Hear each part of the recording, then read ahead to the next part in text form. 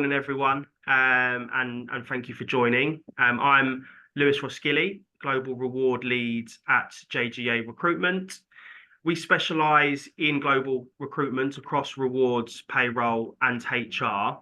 And I spend most of my time speaking to reward leaders or future stars about their careers and expertise, with the goal of matching them with the right business, investing in their total reward strategy, and love partnering with organisations that are always thinking ahead of the curve rather than trying to chase it. So alongside my role at JGA, I also run a senior reward leaders community. It's a network of professionals who are shaping where reward is heading. We share ideas, pressure test strategy, and are really honest about what's working and what's not. And that spirit of discussion is exactly what today is also all about. The EU Pay Transparency Directive is getting closer, and while the headlines feel simple, the reality for you all is anything but. Many organisations are slightly behind pace, unsure what's required, and juggling legal, operational, and culture considerations all at once. So the aim of today's conversation is to bring clarity from multiple angles.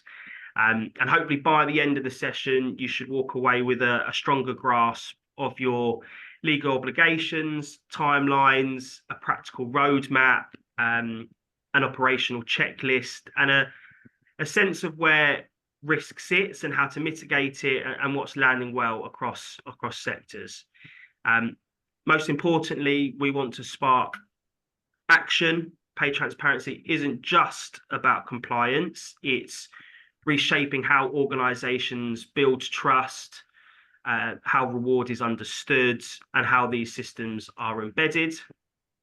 I'm lucky to be joined by was four, but now three brilliant panelists who will bring legal, operational, strategic, and overall professional insights. I'll allow each of them to introduce themselves, and then we'll jump straight into the webinar. So I'll start with Daniella. Thank you, Lewis. Good morning, everybody. I'm really happy to be here to talk about this exciting, in inverted commas, topic with you all. So my name's Daniella McGuigan. I'm an employment lawyer with the law firm Ogletree Deakins.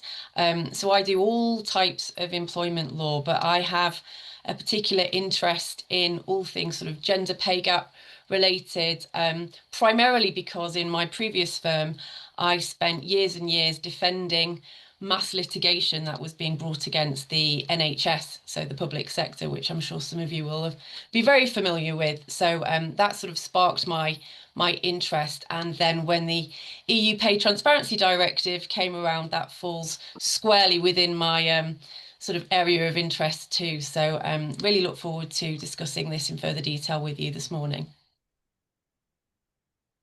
Stuart. Good morning, everyone. Stuart Hyland from Ellison. We're a small sort of specialist reward advisory business based out of London, but we work with employers around the world. I've been working in reward consulting, reward advisory for nearly 30 years now. This is the single biggest piece of change that I've seen in my career, and it's moving all the time, evolving all the time. I think this is the 6th or 7th speaking engagement that I've sort of participated in the last month.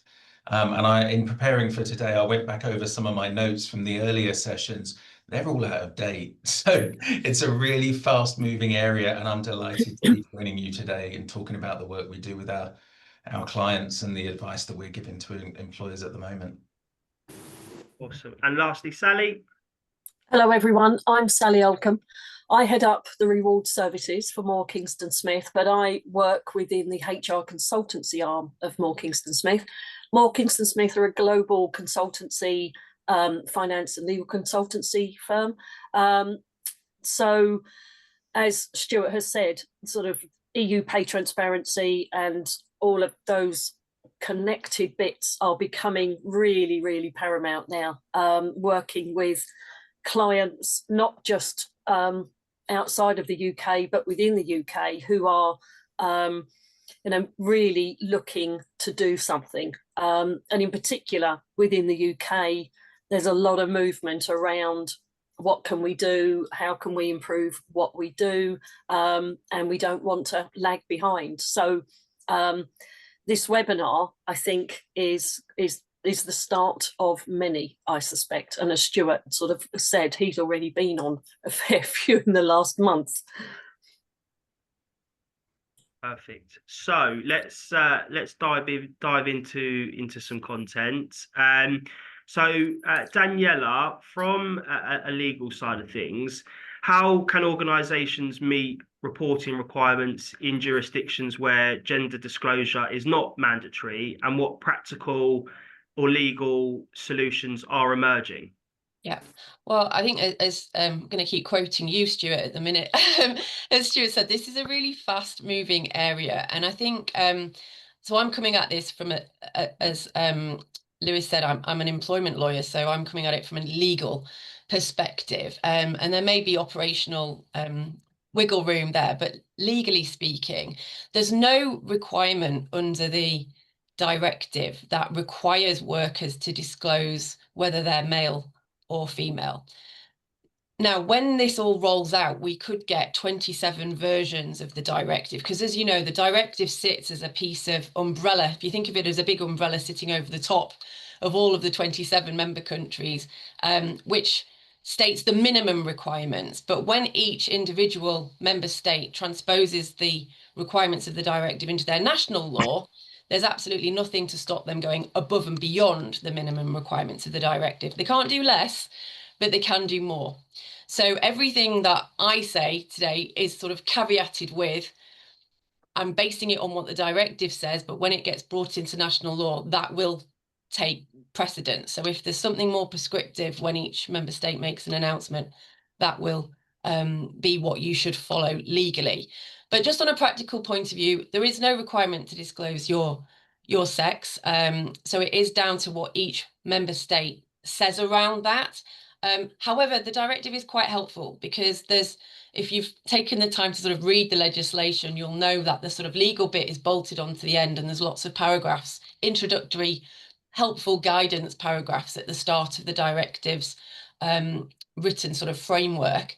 And recommendation 40 of the directive refers to acknowledging that employers might lack the data that they need to do some of this reporting.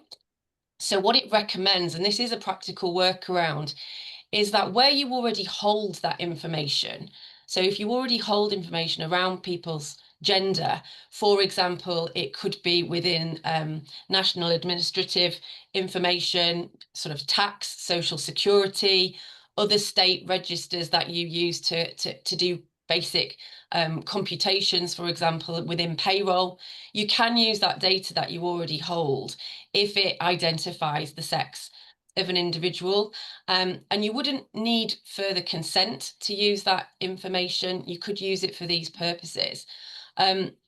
Taking it to the UK, for those of you familiar with the UK gender pay gap regulations, you'll know that that just basically says, if in doubt, leave them out.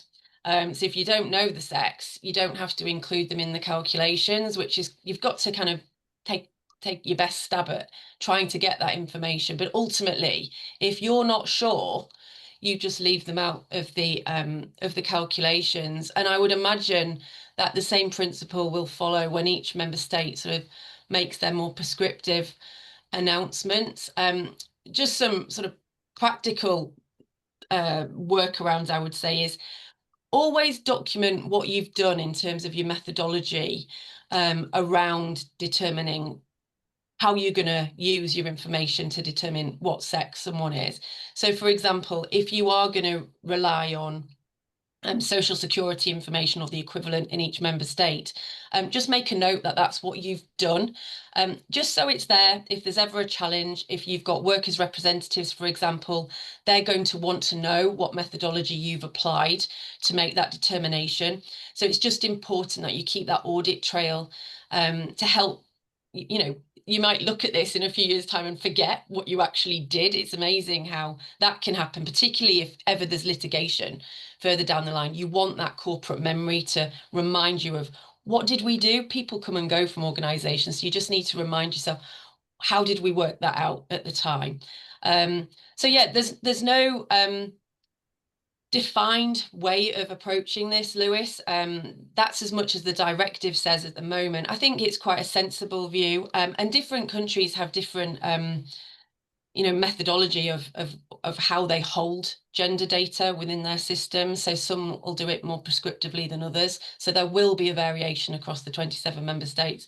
There's no doubt about that. But that's what the directive says, and that would certainly be my recommendation from a legal perspective at this stage.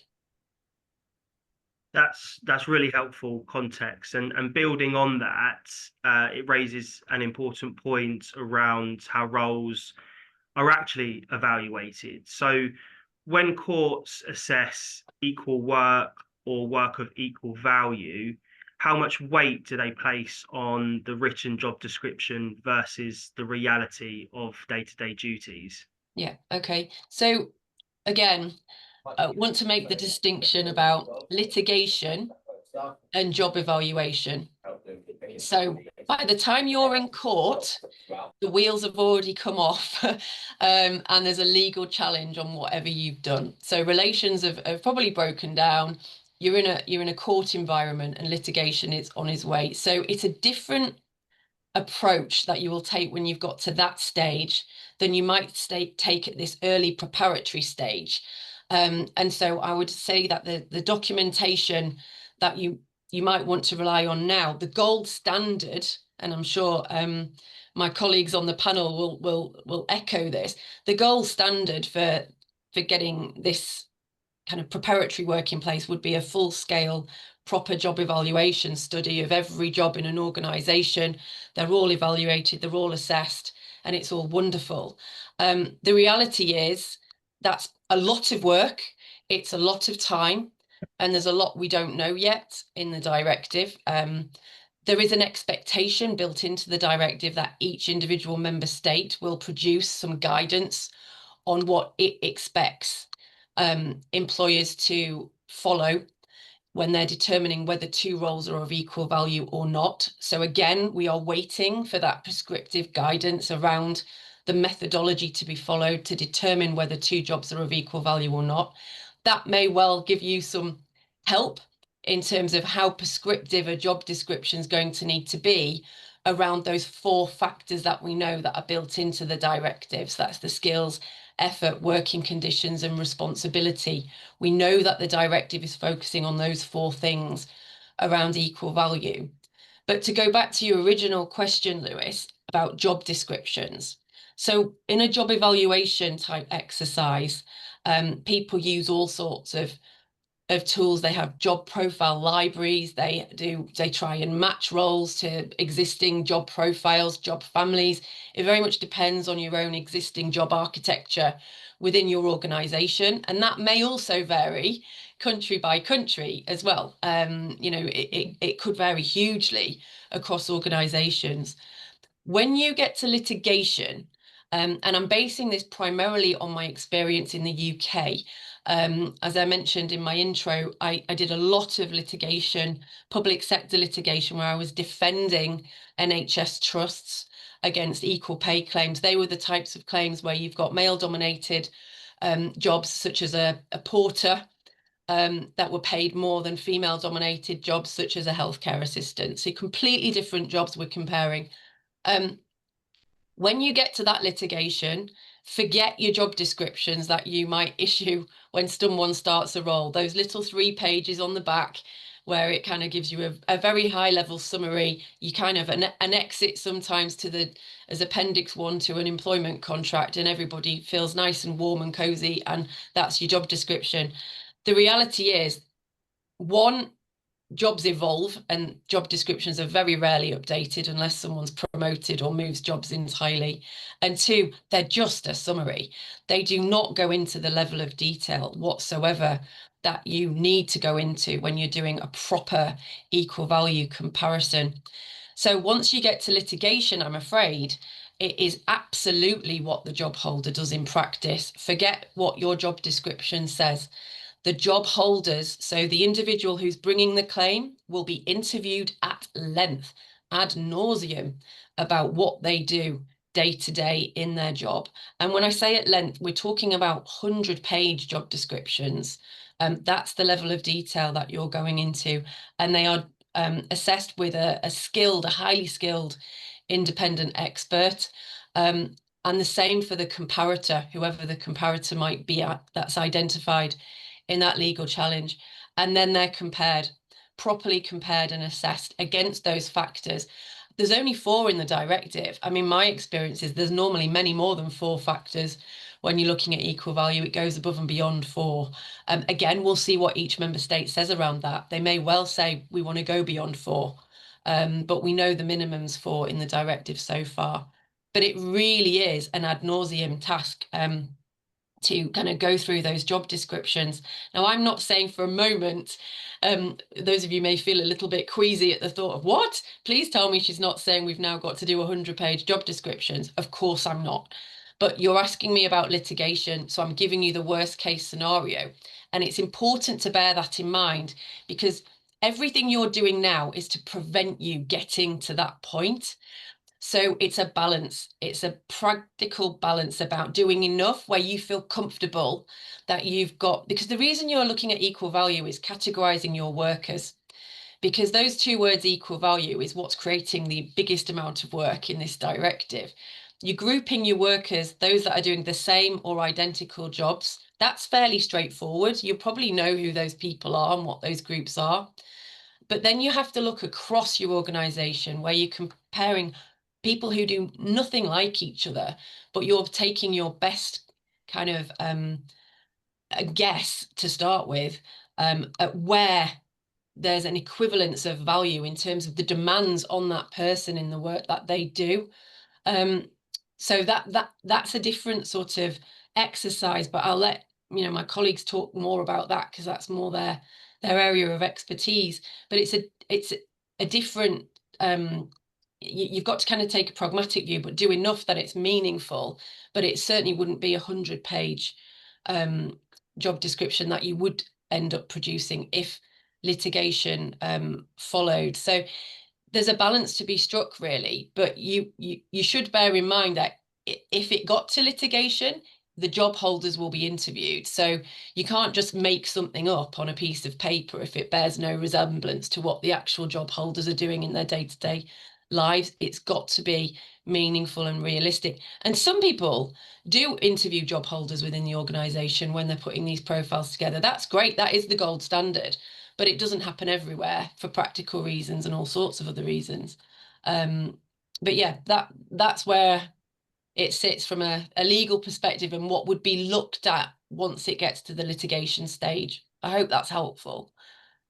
Yeah, brilliant. Thanks, Daniella. And I think that context sets us up perfectly to kind of zoom out and look at the wider EU picture. So let me bring Stuart in. Stuart, is every country on track for a June 7th, 2026 go live of the regulations? Short answer, no, probably not. It is a mixed picture, though, that the majority are tracking okay. It looks like they're going to be okay. But if we think about those where delays are expected or are being sort of considered, I suspect everyone on the call knows what's going on in the Netherlands. In September, actually, the Dutch were one of the early movers. They produced a draft back in May time, so very much sort of one of the early movers on this. But the government announced in September that it was requesting or would be delaying the June 7th deadline for 6 months, and it would come into effect just after the new year 2027. No delay on the reporting side, the gender pay gap piece, just that first deadline. But there was an election in the Netherlands about 3 weeks ago, and the centre-left party gained dominance. And that's pretty significant if you have an operation in the Netherlands, because the one of the lead negotiators, there were two lead negotiators in the EU around this directive. One of them was a member of that centre-left party. They are massive supporters of it. I was in Amsterdam when the election results were coming through at a conference there, and there was a strong expectation that if they could get the government organised quickly, i.e. this side of Christmas, that there was an expectation that the delay would be cancelled in January and that they would push ahead. So if you've got people in the Netherlands, keep an eye on that, because things are likely to move there in either direction. We just don't know yet. Ireland might be a delay in Ireland. They announced their sort of parliamentary agenda for the coming 12 months back in September. There's about 140 items or bills on that announcement, and they've prioritised them into 3 tiers. The top priority tier has got 25 items on it. The same with the second priority, with the other 90 all coming into tier 3. And that's where the pay transparency regulation is sitting currently. Again, it could change tomorrow, but if they stick to that prioritization, it will raise questions about how quickly they can work through that sort of list and get around to it. Croatia, they're sort of talking in Croatia about delaying until September. Hungary, they're thinking there may be some delays. But just as an interesting sort of case study, there was a fairly strong expectation that Germany would be delaying because of the time it takes things to move through their process. But in the last few weeks, there's been an awful lot of progress, and all of a sudden now it looks like they're back on track and that we will get some clarity and some regulations through in advance of June. So things can change really quickly. I say it is a more positive picture elsewhere. Poland, we know that the recruitment piece comes into effect from December the 24th. Merry Christmas, everyone in Poland. Great day to introduce a new set of regulations. But also then everything else, that was just the recruitment piece. Everything else there had been radio silence on, and there was a bit of frustration amongst employers there that they hadn't heard anything else about when the rest of the requirements would come into effect. There was a paper published last week, and we're expecting the draft regulation any day now. So again, things have changed very, very recently in Poland. We know Belgium and Malta have got some clarity around certain things, and they're moving ahead. By the end of this year, we expect to have further announcements from Cyprus, Lithuania, Belgium with the rest of its requirements, Latvia. In Finland, the draft law is available and it's going in front, or expected to go in front of their parliament this month for sign off. January, we're expecting to have Sweden, Denmark, and probably France also coming in with a lot more details. Spain, Portugal, Italy as the other major markets. It's still fairly quiet. We haven't got a lot of information there, but work is known to be underway. What I would say though is, even if you are in a market where there is a delay, that doesn't mean you as the employer should delay either, and don't think you're off the hook and you've necessarily got an extension there. Employees under EU law, employees can still rely on the directive. They can still force employers to comply with the directive in certain conditions. I think it's called sort of a direct application from a directive. So do keep an eye on that, because it is entirely possible, as I say, that something like the right to information under the pay transparency regulations could still be enforced in a country, even if that country hasn't published details of the local laws yet. So it is something to keep an eye on. Do not take that delay for granted. And please treat the June deadline as a deadline for all countries, regardless of what goes on locally. You don't want to be the test case. I'm sure Daniella would agree with that. The trick here is to stay ahead of the game and do not be the test case for any of these laws. And given that there is mixed progress, and a key challenge for multinationals is consistency, what advice would you give an employer with a presence in multiple EU countries? Is there a single approach to transparency that could be used across the region? The biggest piece of advice, starting with the first part of that question, the biggest piece of advice is don't wait. Please own the conversation, get it moving, ensure you are ready. And when we think about being ready, there's probably a number of different aspects to that we can have a look at. But I think in terms of the single approach piece, when it comes to reporting, the GP gender pay gap sort of calculations, there's not going to be a one size fits all for that. It is going to vary. At the moment, it looks like each individual country will have its own definitions, its own methodology that you'll need to follow. So it's not going to be possible, unfortunately, to have a single organisation-wide gender pay gap reporting approach. However, on some of the wider requirements, you can be more consistent. So something like grading and job architecture, the use of a job evaluation tool, you can do that across the whole of the region. You can have a single methodology. In fact, it's simpler if you do. You don't need to have lots of local variations on that because the definition of equal work of equal value is consistent. So that you can apply and you can use sort of across your business. There are some other areas where you can also have a single approach. Something like recruitment, you can have a single approach, a single recruitment policy, but you may just need to allow for a little bit of local flexibility. For example, when it comes to the requirement to share information with candidates about the salary or salary range for the role that they're applying for, there are different requirements in different parts of the EU already coming through. So in Ireland, when they published some outline on that, they were very specific that it went into the job description and into the job advert at the point of advertising for that role. In Poland, those requirements that come into effect in December give you more flexibility, and the requirement there is not necessarily that different to where they are now, because you just have to give that information before any employment contract is sort of shared or signed. So you need to allow some flexibility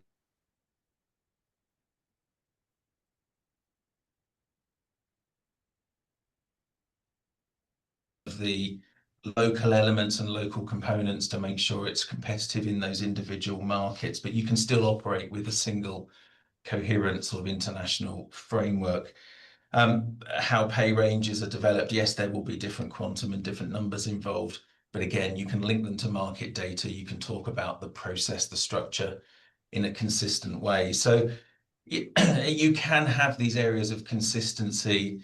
You can have a single approach to incentive plans. Again, you might have different quantum and slightly different metrics, but you can have the same principles rewarding for the same things.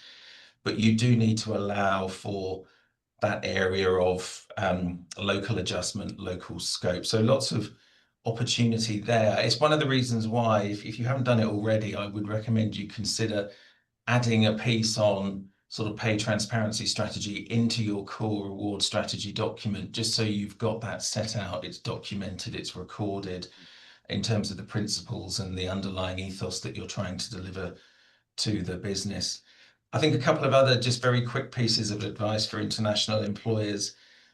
Stay in touch with developments. There are things changing and shifting all the time. There is a big debate across the EU at the moment about how you define category of worker when it comes to pay reporting. Is it all work of equal value? Can you allow variation by job family, and so on? So there is a debate around that at the moment. There's no single clear output or view on that. There are some variations. And then the final piece, and perhaps the most important piece of advice I would give, is please talk to others, talk to advisors in the space. Do not rely on searching the internet or using ChatGPT. Other AI providers are available, because the data that they're presenting you with is often out of date and it's incorrect. There's a lot of really, really bad advice out there online that has been downloaded, and when you go into some of these engines and ask it a question, it doesn't differentiate. It draws on bad advice as well as good. So please talk to people. Do not rely on, as I say, internet searches or a simple AI question and all the answers that come from that. It may be correct, but there is a good chance that the answer will have been infected with some bad advice somewhere along the line. Brilliant. Thank you, Stuart. So let's shift from the regulatory landscape to the sort of cultural side of transparency, which is where Sally comes in. So Sally, how can organisations move beyond compliance to use pay transparency as a lever for trust and engagement? Well, compliance is always going to be the baseline, but where the change and the trust, or the trust in the change rather, comes in, is how it's embedded within culture and within values. And it's about getting those early principles right. I was at a meeting last week talking to a table of folk who were quite well into their EU Pay Transparency journey. And the theme that came through was the early prep, which sort of both Daniella and Stuart have mentioned as well, but also just about focus groups, getting the wider workforce involved in those conversations, just so that there's a real good understanding of what we're doing, why we're doing it, what we have to do, what are those immovables, you know, within the compliance, this is what we have to do and by when, but actually now what do we need to do to get there? And some of the messages as well was that there was so much duplication of work where some teams weren't communicating well. So what a few of them had done was actually stopped and stepped back and said, right, okay, we can't keep doing this. We need to be really working better together. Not only are we giving mixed messages amongst ourselves, but we're giving out those mixed messages to managers. We need to make sure that by the end of the day, we can give our managers all the tools that they need to go out and explain, well, why have you done this with my pay? You know, what does it mean by pay transparency? You know, how is my data safe? Where does this align to sort of GDPR? And, you know, so there was a lot of concern around the security of data and personal data as well. So, for example, at Moore Kingston Smith, we have taken some really early steps in being transparent around our pay structures, and we started our journey last year. And it meant that we had to really look at what we had. Unfortunately, we found a fair few sort of gremlins. We had a number of issues around legacy agreements, legacy pay, and pay structures that meant before we could go any further, we had to actually address those first. What were we going to do about it? And it's interesting, Daniella, what you said about sort of job descriptions. We didn't quite go to the 100-page, but our job descriptions, I think robust is probably a good term that I would use for them. But it's an evolving process. What we're doing, our pay strategy, is very much a live document. So it's still growing, still evolving. You know, our job descriptions are really very good, but we've still got some way to go. And what we're doing as well is including the managers and the wider business in the journey.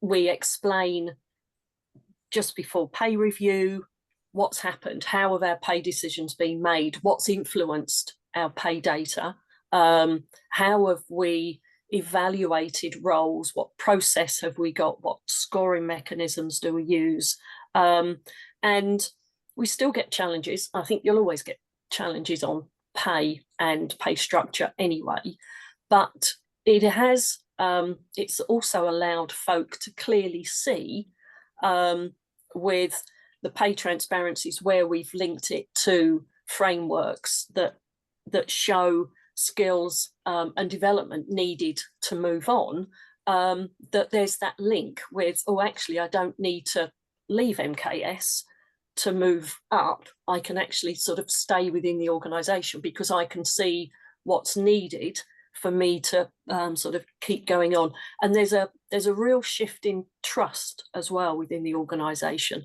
that we are being so open. So once transparency becomes part of the culture, Sally, the next step is that structure that underpins it. So what practical steps have you seen reward teams take to build a clear pay architecture in anticipation of the directive? I think, I mean, I'll start that by saying that I don't think the work involved in getting transparent pay bands and and getting to a place where an organisation can say, here we go. I think the level of work involved wasn't anticipated. Actually, it's a huge project, and a lot of legacy stuff will likely come out. So what I've been seeing is clarity around roles, so refreshing job descriptions, as Daniella said, in various forms, just actually even looking at the template and going, well, is this fit for purpose? Actually, no, it's not, for where we want to be.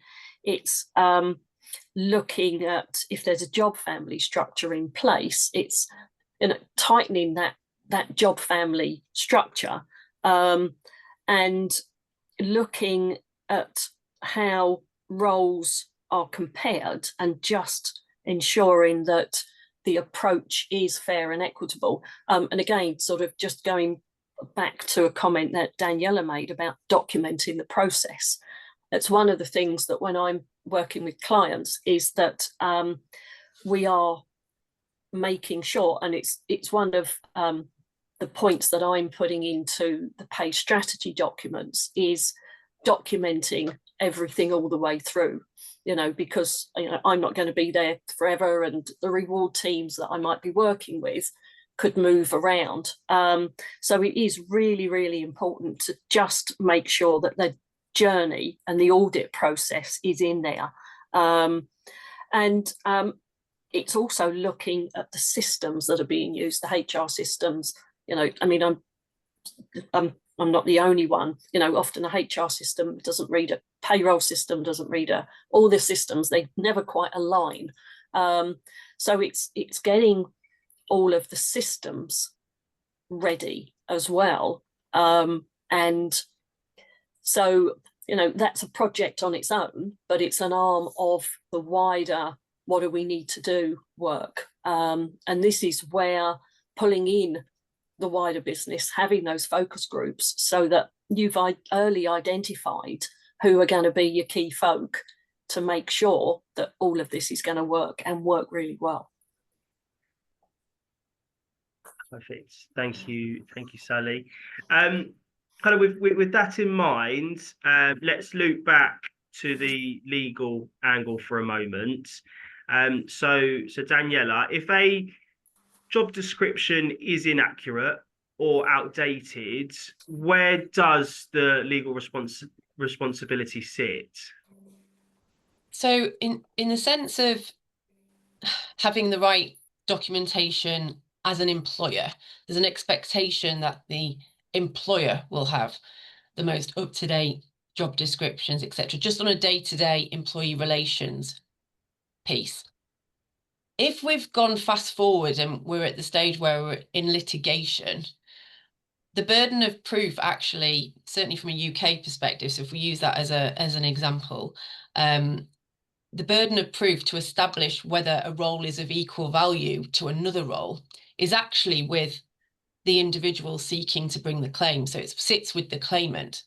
So the claimant has to prove that their role is of equal value to another role, actually. And then it's only when they've established that their role is of equal value that the burden of proof shifts to the employer to justify, if they're not paid the same and they're of the opposite sex, why they're not paid the same.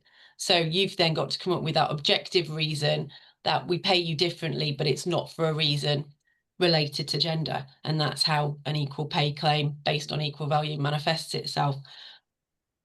So there's almost two answers, but I'm not trying to be, there's no point in being clever and smart about it and go, okay, we can have rubbish, out of date job descriptions because haha, if you ever get to litigation, the burden rests with you, claimant, to that's just ridiculous. It's not practical. That's the legal answer. But the answer to your question is, quite frankly, you know, it's up to the employer. The expectation will sit with the employer to have robust, to use Sally's word, job descriptions insofar as you are able, that accurately reflect, insofar as possible. You'll never capture everything, but that they are as accurate as they can be, to reflect the role that that job holder is doing. And remember, it's the role. The job description reflects the role. It doesn't reflect the individual. It's the role that the job description is meant to relate to. It's not meant to be tailored for whoever's in that role at a particular time. It's the role, because that's what you're meant to be paying for. You're paying for the role, and then, you know, you get tweaks around someone's particular skill set and so on and so forth, which might dictate where they sit on a range, for example. But fundamentally, it's the role that that job description needs to relate. So it sits with the employer, and that's when, as part of this whole exercise, you know, it's a good time to just dust off those job descriptions and look at your processes and procedures and just see, look, what is our house built on? Have we got a robust structure, or actually is everything really out of date and doesn't actually reflect the current state of our workforce at all? You know, it's as good a time as any to be addressing that. Perfect. And lastly, from yourself, Daniella, when organisations rely heavily on that unwritten context or manager interpretation, does relying on the unwritten context or manager narratives increase legal risk? Yeah, the worst possible thing that can happen in this scenario is the dreaded D word, discretion. Manager discretion is the biggest creator of risk in this area. You just, that's why all of this directive is framed around, you know, objective criteria, robust processes. It's meant to be consistent approach. There's no room for that discretion where, you know, someone's mate and they get a promotion or whatever. All these little things that can creep in, and it is part of being, you know, a workforce at the end of the day. It's always going to happen. But fundamentally, when you're building a system in your organization, you need to build systems that avoid, wherever possible, any element of manager discretion. And that comes through having good policies and procedures and good training, making sure that, you know, you can have a lovely policy, but if nobody knows what it says or how to implement it, it's not worth the paper it's written on. In fact, you're better off having no policy than a policy nobody follows. It's more risk. So it's just about having those processes and procedures in place to try and take out that room for interpretation, because when you get to litigation, in the absence of a written process, you're leaving it wide open for people to fill in their own narrative or fill in the gaps with whatever suits their case. So the more you can take away any ambiguity or discretion, the better from a risk perspective. Brilliant. Thank you, Daniella. Final sprint now. So I'll go back to Stuart. What advice would you give to employers as they prepare for the last few months before the regulations go live? Yeah, I think make sure you're ready. And how do you define ready? Well, you're probably not waiting for the country-specific regulations. As we spoke about earlier, we're not quite sure when they're all going to land, and you need to make the most of the time that you've got left.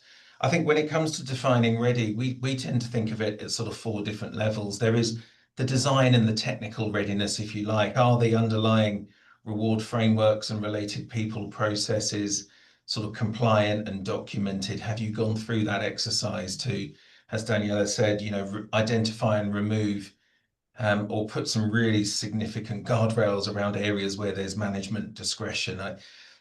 These regulations have been called sort of the death of discretion in reward across Europe by a lot of different employers.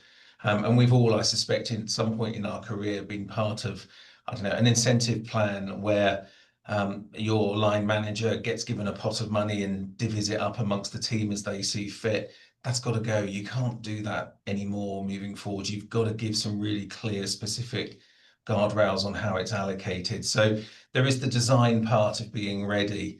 Then following on from design, you've got the process piece. Have you worked out how you're going to deliver all of these requirements to the employees in an efficient, effective, compliant way? Because again, as we've spoken about, having one without the other is pretty pointless. So we need to make sure that we've got the process correct and is at the right time, and it's very clear and transparent process.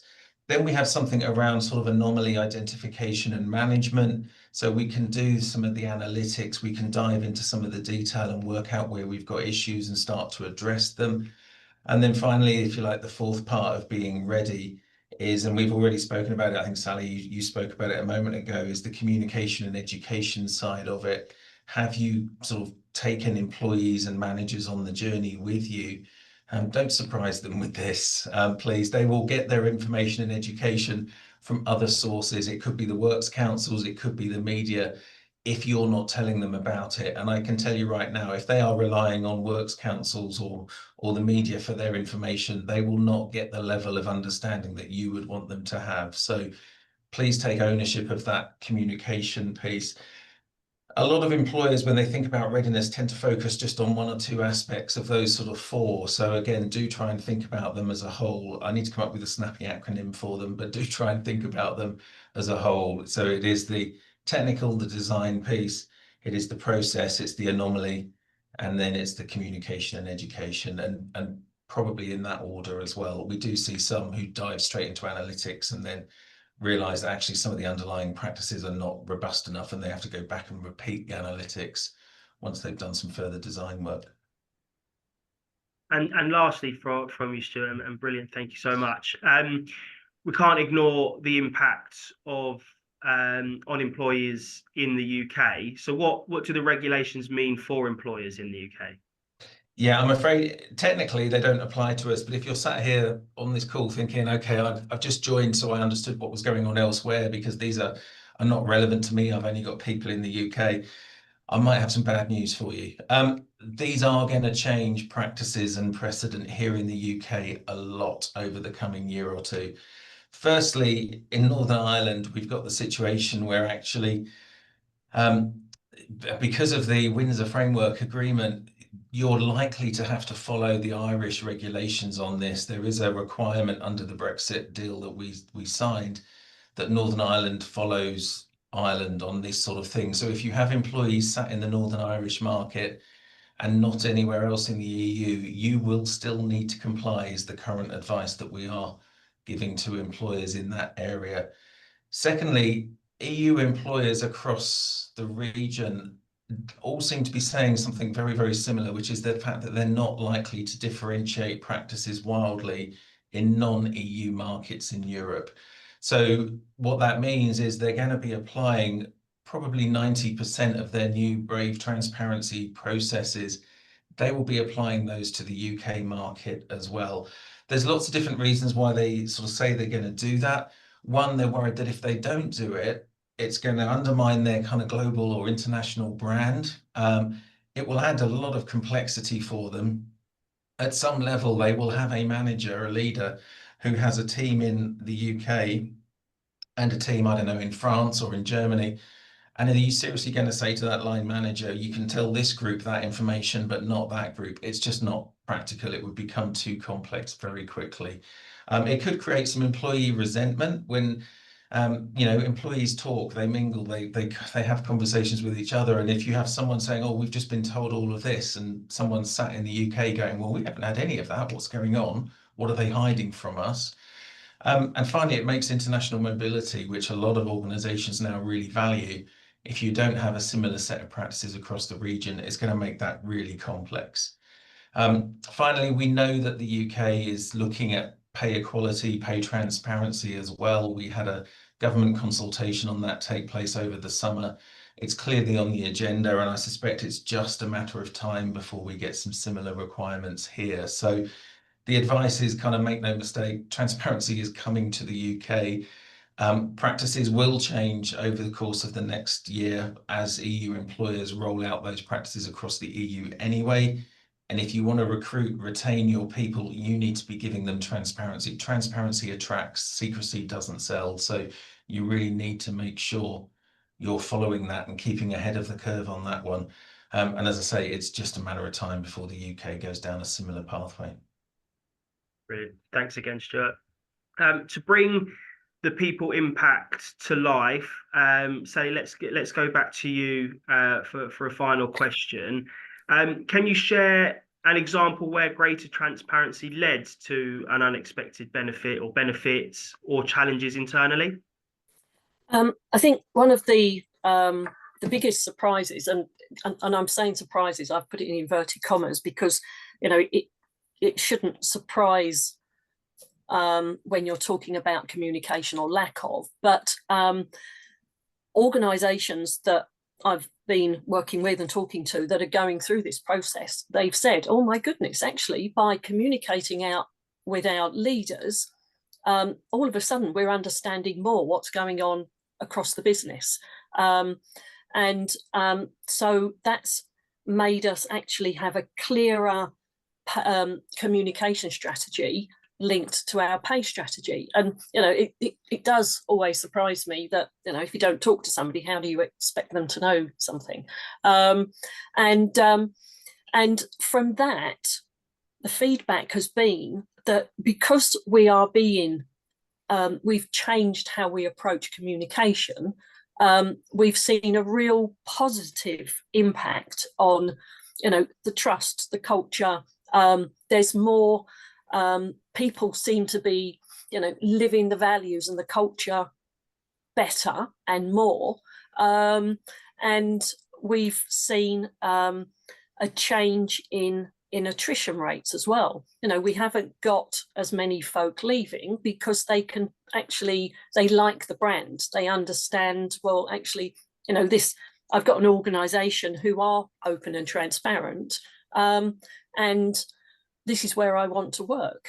So I think as a real positive, and there's still that, you know, there's an absolute shed load of work to be done for many organisations to be ready. But one of the real positive outcomes of this has been how communication has just improved, dramatically improved, and those open conversations around pay, and also because of documenting the process, it made me chuckle when Danielle said about sort of discretion and managers, and they should never be in the same sentence, as well, around pay anyway. And you know, so it is managers are starting to feel emboldened because they have the tools, they understand what it is they have to do. They're not just sort of given, oh, you know, here's your budget, spend it wisely, but if you don't spend it wisely, then just be ready for those awful conversations, you know. So it's a sort of a multi-faceted positive outcome, I think, and which is fabulous. Brilliant. Thank you, Sally. So that is perfectly timed as well. We've got a couple of minutes to spare. I want to thank the panelists, Daniella, Stuart, and Sally, for their insights and time. I think there's a lot of information to digest, and I hope that it's given clarity and momentum for much of you to take the next steps with some confidence. Because of how much detail and insight has gone into this, we are looking to run a secondary session, which will likely be in January. So we'll organise that, and we'll send out some information to everyone here today, and for those that have asked for the recording that haven't been able to make it live.